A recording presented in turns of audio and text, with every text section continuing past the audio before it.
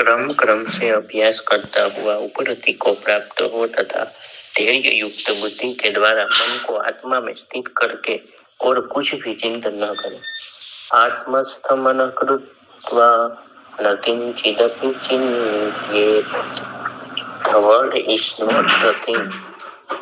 आत्मा शब्द आत्मा नहीं है। क्या अनुभव शब्द अनुभव है? जब हम सुख के अनुभवों की बात करते हैं तब क्या सुख दुख दो शब्द मात्र बात कर रहे होते हैं या गहराई होती है वहां? आत्मा अर्थात स्वयं स्वानुभव। कोई भी इसे हल्के में नहीं लेता, न ले सकता है। और लाख मन बुद्धि की तरफ चाहिए फिर भी हम सबका आधार यही रहता है।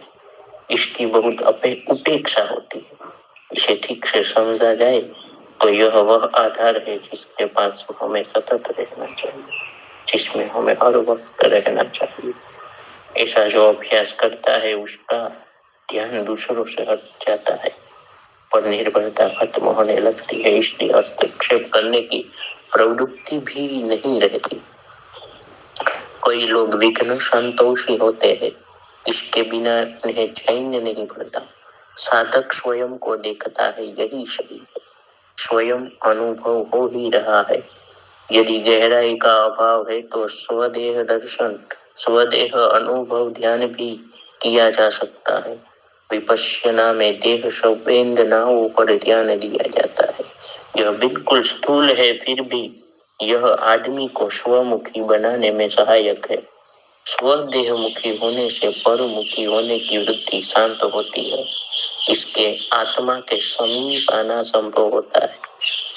जो अपने आप में भली प्रकार से स्थित है उनका बड़ा आदर होता है। उनकी महिमा आत्मा की स्वयं की महिमा होती है। वे हृदयस्थ होते हैं। अहंकार अलग अलग मामला है। अहंकार अलग मामला है। अहंकार भ्रम है। महर्षि इसी को आधार बनाते हैं। साधना का सीधे आत्मा पकड़ में नहीं आता तो मैं भ्रम तो पकड़ में आता है। अभी मैं भ्रम की तरह लगता भी नहीं, अभी तो वास्तविक लगता है। इसका ध्यान करना है। इसमें भी पर से ध्यान लौटा कर स्व पर ध्यान देने की कोशिश तो करनी ही पड़ती है। शनै शनै रूप परमे गुद्ध्या। धीमे धीमे दूसरे को देखना बंद करके खुद को देखना शुरू करे। हम कहते हैं मैं देख रहा हूँ, तो जो दिखाई दे रहा है उस पर ध्यान नहीं देना है। जो देख रहा है मैं उस पर ध्यान देना है। अखंडानंद जी ने रमन महर्षि से पूछा, ध्यान किसका करे? महर्षि ने प्रति प्रश्न किया, पूछ कौन रहा है? स्वामी जी बोले, जिज्ञासु। महर्षि ने कहा, जिज्ञासु का ध्यान करो। हमारे भीतर जो मैं भ्रम करता बनकर सब कर रहा है उसमें भ्रम का ध्यान करना है, उसमें ठहरना है, उसमें स्थिर होना है।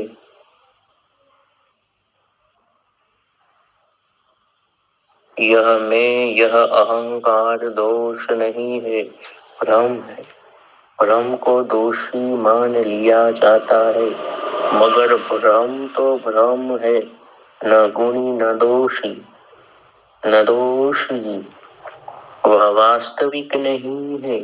इसलिए कौन प्रश्न किया जाता है? कौन देख रहा है? कौन सुन रहा है? ध्यान है। जो देख रहा है, जो सुन रहा है, वह जो भी है वह ब्रह्म है। ध्यान देने वाली है जागरूकता। जब जागरूकता ब्रह्म को देखती है भ्रम नष्ट होने लगता है। तुरंत नष्ट नहीं होगा, इसलिए कहा जाता है धीमे धीमे, जल्दी नहीं करनी है।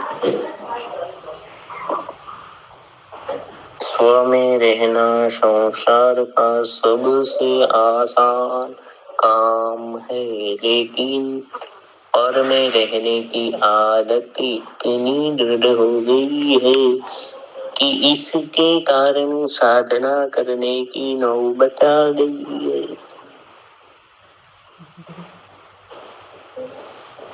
जबकि स्व में स्थित रहने, स्वस्थ रहने के लिए किसी साधना की जरूरत नहीं है। यह पूर्णतया सहज है। The self is simple being. सिर्फ होते रहना है, जो हो ही रहे है। हृदय में निरअहंकार निर्भिमान, मन बुद्धि में मैं का भ्रम होता है, इसलिए इतनी बात करनी पड़ती है। मन ही दृष्टा और दृश्य बन जाता है, मैं और दूसरा बन जाता है। स्वयं अर्थात हृदय में न मैं है न दूसरा, यह मौन है, सर्वव्यापी है। हम जीते हैं मन की तरह, बजाय हृदय की तरह जीने के। हृदय है अखंड, मन है खंडित। हम दृष्टा दृश्य दोनों को मिलाकर समग्र मन की तरह जिए तब भी ठीक है। मन रूपी मैं ही दृष्टा भी हूँ, दृश्य भी, मैं ही कारण भी हूँ और कार्य भी। कोई इस प्रक्रिया को अपनाए तो इसे स्वज्ञान, सेल्फ नॉलेज में सहायक माना जाता है। लेकिन अखंड मन की तरह भी कहाँ जीते हैं, उसे भी तोड़ते हैं और मन रूपी मैं तथा मन रूपी दूसरा मैं सिर्फ मैं बनकर बैठ जाते हैं और उसी मन रूपी दूसरे को बाहरी पराया अलग मानने लगते हैं। हर व्यक्ति की यह स्थिति है। स्वयं को कोई देखता नहीं। स्वज्ञान हो तो पता चले, सब दूसरों को देखते हैं बाहरी मानकर और उलझते हैं। यह कौन जाने कि जिसे दूसरा कह रहे हैं वह अपना ही मन है। जो मैं कर रहे हैं वह भी अपने मन का एक हिस्सा है। हम में हिस्सा बन गए हैं, खुद से अलग, और दृष्टा रूपी मन, दृश्य रूपी मन से सतत संघर्ष कर रहा है। यह वह मानसिक संघर्ष है जिससे आदमी परेशान है। अगर यह पता चल जाए कि इस मानसिक संघर्ष से किसी बाहरी का कोई लेना देना नहीं है, तो सुव्यवस्था फिर से कायम हो सकती है। बाहरी और दूसरे का भ्रम इतना दृढ़ हो जाता है कि दूसरा फिर जरूरी हो जाता है। दूसरा जरूरी है तो बाहरी संघर्ष भी शुरू हो जाएगा। बाहरी खटकता है, आंतरिक नहीं खटकता, लेकिन यह कौन जानता है कि जिसे बाहरी समझा जा रहा है वह बाहरी है ही नहीं, आंतरिक है, मानसिक है। मैं खंड में समग्र चेतना स्थित हो जाती है, उसका नतीजा है यह।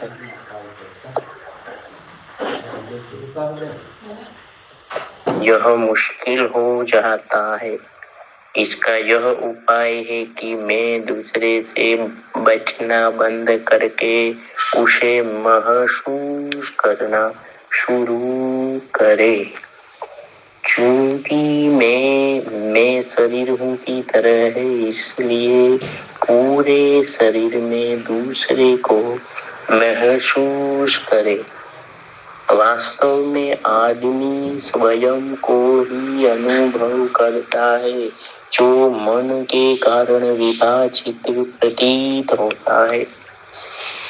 स्वयं ही अनुभव करता है, स्वयं ही अनुभव होता है। भूल से लगता है कोई दूसरा व्यक्ति आदि अनुभव हो रहा है। योग दर्शन कहता है, दृष्टा को दृश्य का बंधन है, दूसरा है ही नहीं, खुद ही है मैं और दूसरा।